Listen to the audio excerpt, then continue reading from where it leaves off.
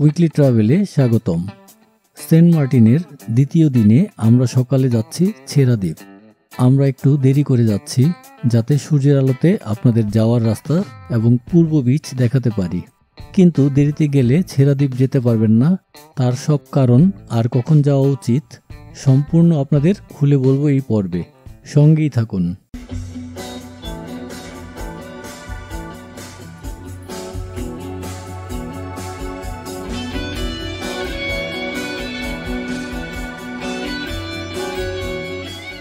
একটা ভ্যানে কিছু পর্যটক যাচ্ছিল ছেড়া দ্বীপ। সেখানে উঠে গেলাম। ভাড়া জন প্রতি 100 টাকা ওয়ান ওয়ে। পূর্ব বিচের পাশের রাস্তা দিয়ে আমাদের নিয়ে যাবে।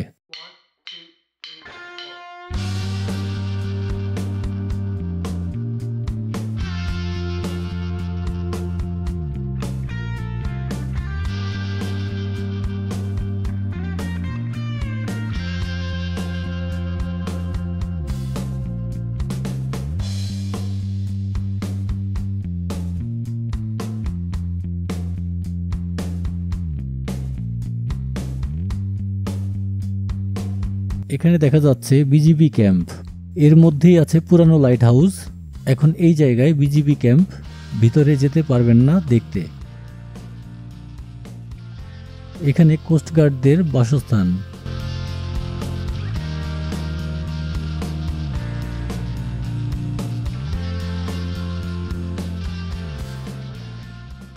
আমরা এখন বাকি রাস্তা পূর্ব বিচ দিয়েই যাচ্ছি আর আপনাদের দেখাতে দেখাতে নিয়ে যাব। আমরা ব্যাক করব পশ্চিম বিচ দিয়ে যাতে আপনাদের পুরো সেন্ট মার্টিনের চারপাশ দেখাতে পারি। গত পর্বে পূর্ব থেকে উত্তর বিচ হয়ে পশ্চিম বিচে গিয়েছিলাম।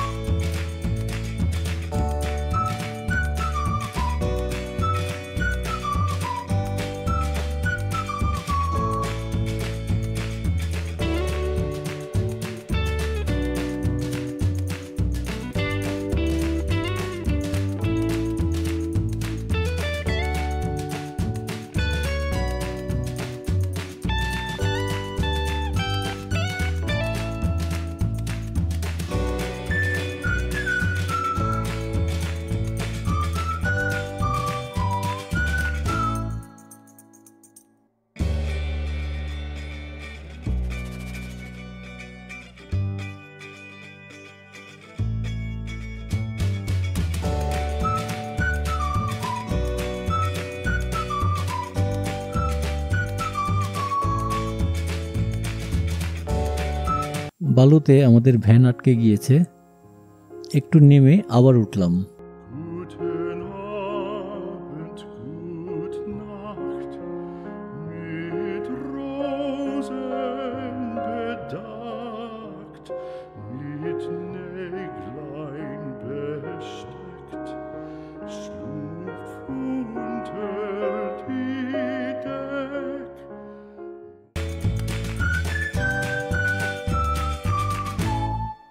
ডান পাশে ধান শুকাচ্ছে।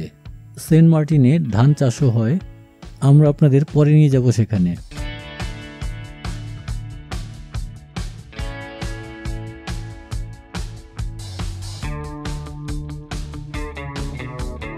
এখানে লোকালদের বাসাও আছে।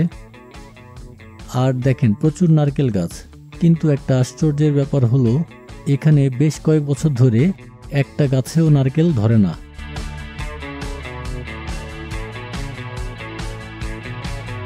ডান পাশে ধান শুকাচ্ছে।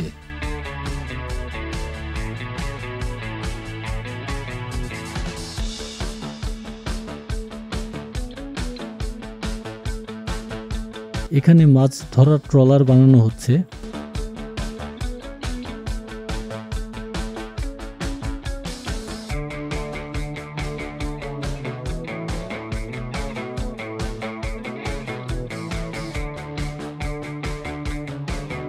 বেশিরভাগ অটো রাস্তা দিয়ে এসে এখান দিয়ে বের হয়।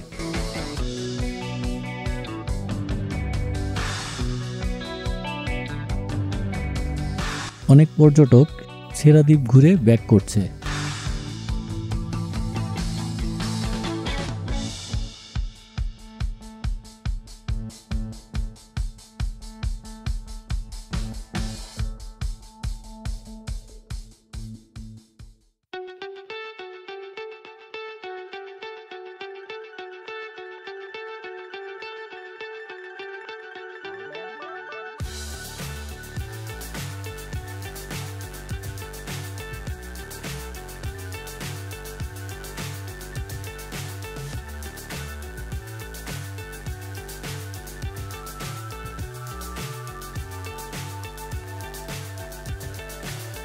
So high I'm hypnotized.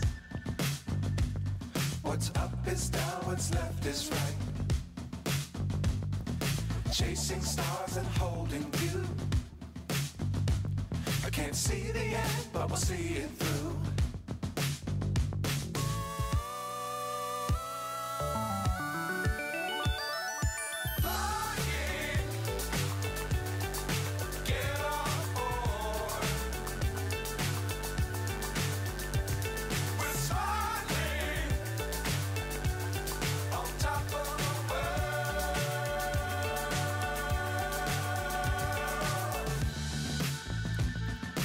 Dangerous times, don't fly too high. Be sure to keep the ground in sight. Fly forever if you keep it tight.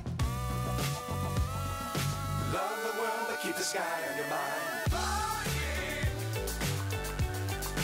Get on board. We're soaring on top of the world.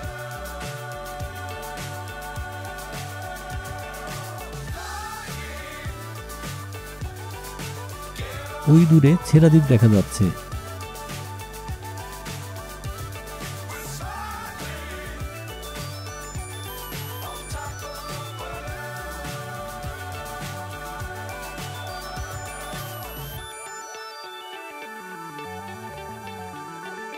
আমরা চলে এসেছি। Auto এই পর্যন্তই যাবে। আমাদের সময় লাগলো প্রায় আধা ঘন্টা। এরপর বাকিটা পথ হেঁটে যেতে হবে।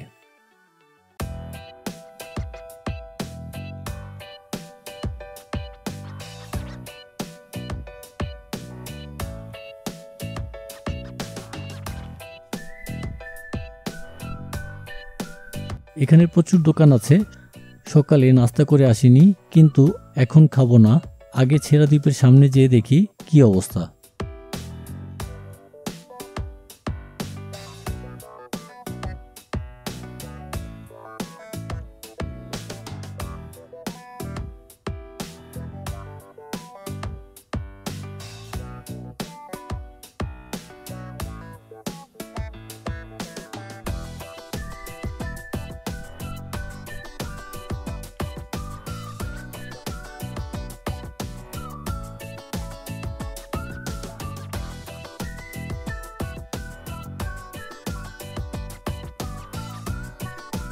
ছেড়া দ্বীপের রাস্তায় পানি উঠে গিয়েছে। দেখুন, মানুষ পানি দিয়েই হেঁটে আসছে। ছেড়া দ্বীপে যাওয়া সম্পূর্ণ নিষেধ করা হয়েছে। এখানে বিজিবি সদস্যরা এসে পাহারা দেয়। কখনো সকাল 6টা, কখনো 7টা থেকে এসে বিকেল 5টা পর্যন্ত বসে পাহারা দেয়, কেউ যাতে ছেড়া দ্বীপে যেতে না পারে। কেন এই নিষেধাজ্ঞা তার সঠিক কারণ বলা হয় না, শুধু বলে দ্বীপের সুরক্ষার জন্য। দ্বীপের সুরক্ষার জন্য দ্বীপে চেক দিলেই হতো। যাই হোক, যারা 6টার আগে তাদের আসার আগে এখানে আসবেন তারা যেতে পারবেন। তাই ছেড়া দ্বীপ যেতে চাইলে আপনাকে 5টা বা তার আগে রওনা দিতে হবে। আগের দিন অটো বুক করে রাখবেন। আবার বিকেল 5টার পর বিজিবি চলে গেলে যেতে পারবেন। কিন্তু জোয়ার ভাটার একটা ব্যাপার থাকে। সকাল 8টায় দেখুন পানি উঠে গেছে, এর মানে এখন জোয়ারের টাইম। ছেড়া দ্বীপের 3টি অংশ দেখতে পাচ্ছেন। জোয়ারের সময় 3টি মেইন দ্বীপ থেকে বিচ্ছিন্ন থাকে। আমরা এখন আছি একেবারে দক্ষিণ পূর্ব কোণে। ছেড়া দ্বীপ আপনাদের পরে দেখাবো।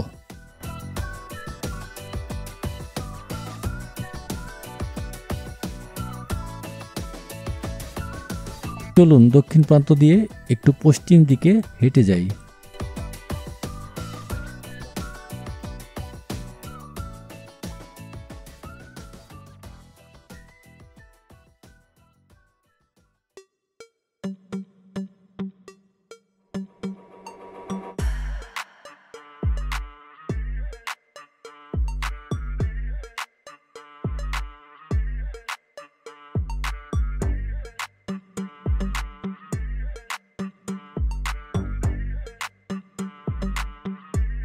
আমাদের একটু নাস্তাও করতে হবে, ওই দোকানগুলোতে যাই।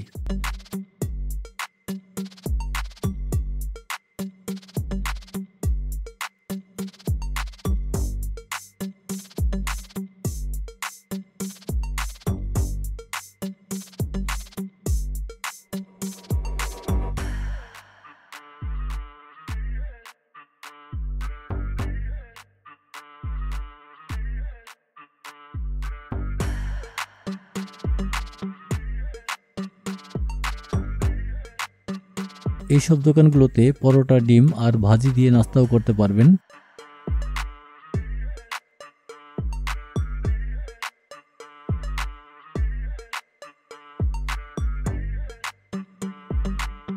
ছেড়া দ্বীপ না যেতে পারলেও আপনাদের মিনি সুন্দরবন নিয়ে যাব।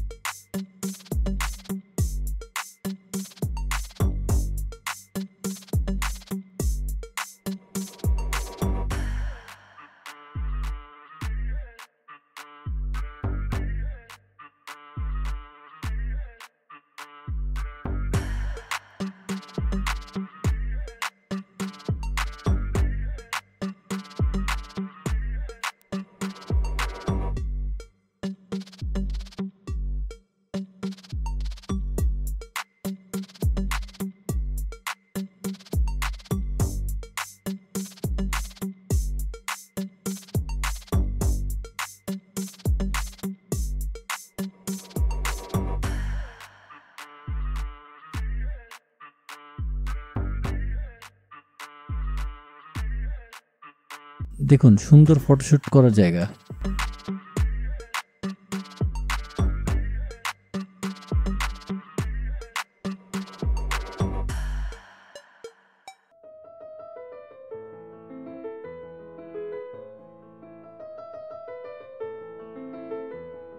ডান দিকে এটা বসার একটা প্লেস।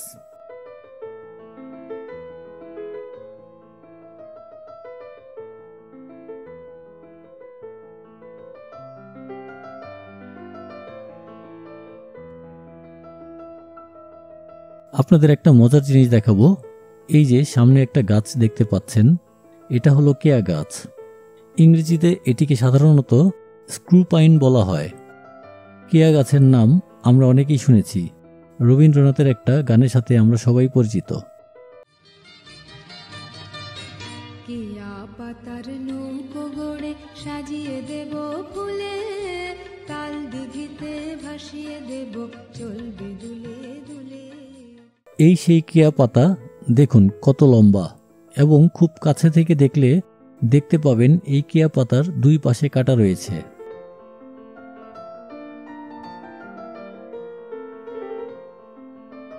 আপনারা দেখলে অবাক হবেন, এই হচ্ছে কেয়া গাছের মূল এবং ঠ্যাসমূল। এই ঠ্যাসমূলেও কাটা রয়েছে। স্ত্রী ফুলগুলি আনারসের মতো বড় ফল উৎপন্ন করে, যা পাকলে কমলা বা লালচে দেখায়, কিন্তু খেতে একদমই ভালো নয়, তবে ভেষজ গুণ থাকতে পারে। আপনারা কেওড়া জলের নাম সবাই শুনেছেন। বিরিয়ানি রান্না করতে কেওড়া জল ব্যবহার করা হয়। সেই কেওড়া জল তৈরি হয় কেয়া গাছের ফুল থেকে। সাদা রঙের ফুল হয়, পুরুষ ফুল খুবই সুগন্ধযুক্ত। সেই কেওড়া ফুল থেকে কেওড়া জল তৈরি হয়। এখন একটি প্রশ্ন আপনাদের কাছে রইল, এই যে গানে কেয়া পাতার নৌকো বলা হয়, এই পাতা দিয়ে কিভাবে নৌকা তৈরি হবে বলুন তো, কমেন্টে জানাবেন। এই গাছ লবণাক্ত পানি সহ্য করতে পারে, বালু মাটি পছন্দ করে, ঝড় জলোচ্ছ্বাসেও টিকে থাকে। তাই সমুদ্র তীরের পরিবেশে খুব ভালোভাবে বেড়ে ওঠে। চলুন আমরা এগিয়ে যাই মিনি সুন্দরবন।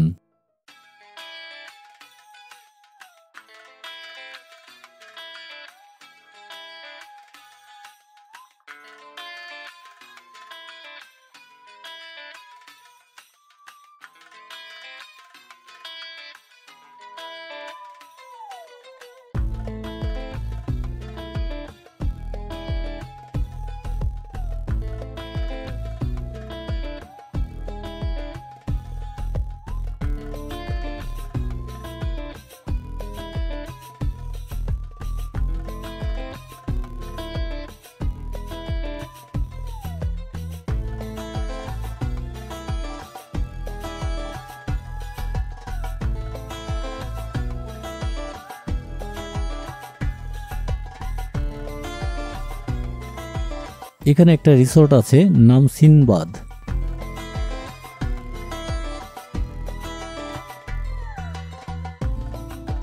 এর ভেতরে যেতে পারবেন, ঘুরতে পারবেন।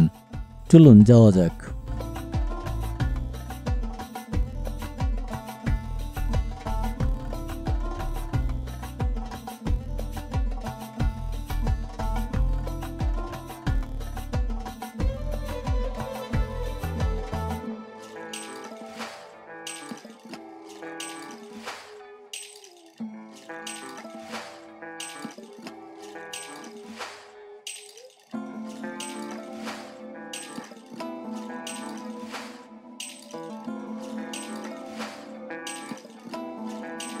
এখানে চমৎকার ফটোশুটের একটা প্লেস, এর জন্যই অনেক টুরিস্ট আসে এখানে।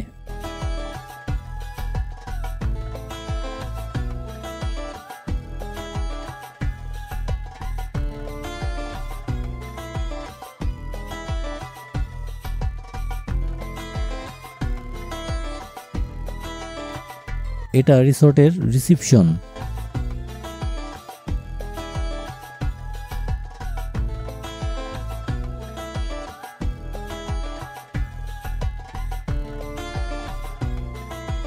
চলুন রিসোর্টটা ঘুরে দেখি।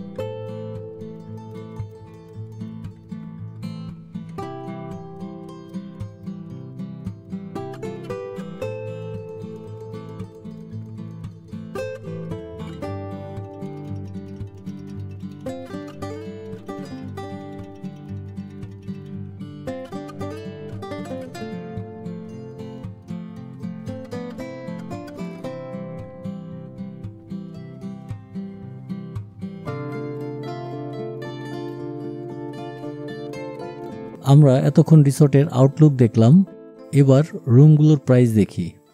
কাপল ডিলাক্স রুম ৮,০০০ থেকে ৯,০০০ টাকা, ফ্যামিলি ডিলাক্স রুম ১৫,০০০ টাকা ৪ জনের জন্য, ফ্যামিলি প্রিমিয়াম ভিলা ২০,০০০ টাকা ৪ জনের জন্য, কাপল ক্রুজ ভিলা ১৪,০০০ টাকা, ফ্যামিলি ক্রুজ ভিলা ২৭,০০০ টাকা ৪ জনের জন্য, প্রেসিডেন্সিয়াল ভিলা ২০,০০০ টাকা ২ জনের জন্য।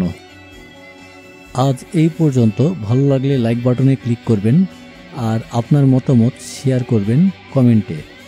নেক্সট পর্বে আমরা যাব মিনি সুন্দরবন। এই দক্ষিণ প্রান্ত থেকে পশ্চিম বিচ হয়ে উত্তর প্রান্তে যাব হেঁটে। এই পথ অধিকাংশই প্রবল পাথরের পথ, তাই কেউ সাধারণত যায় না। নেক্সট পর্বে আমি আপনাদের হেঁটে হেঁটে দেখাবো এই পথে কি আছে এবং দেখাবো খুব চমৎকার কিছু স্পট যা খুব কম মানুষই যায়। সে পর্যন্ত ভালো থাকবেন।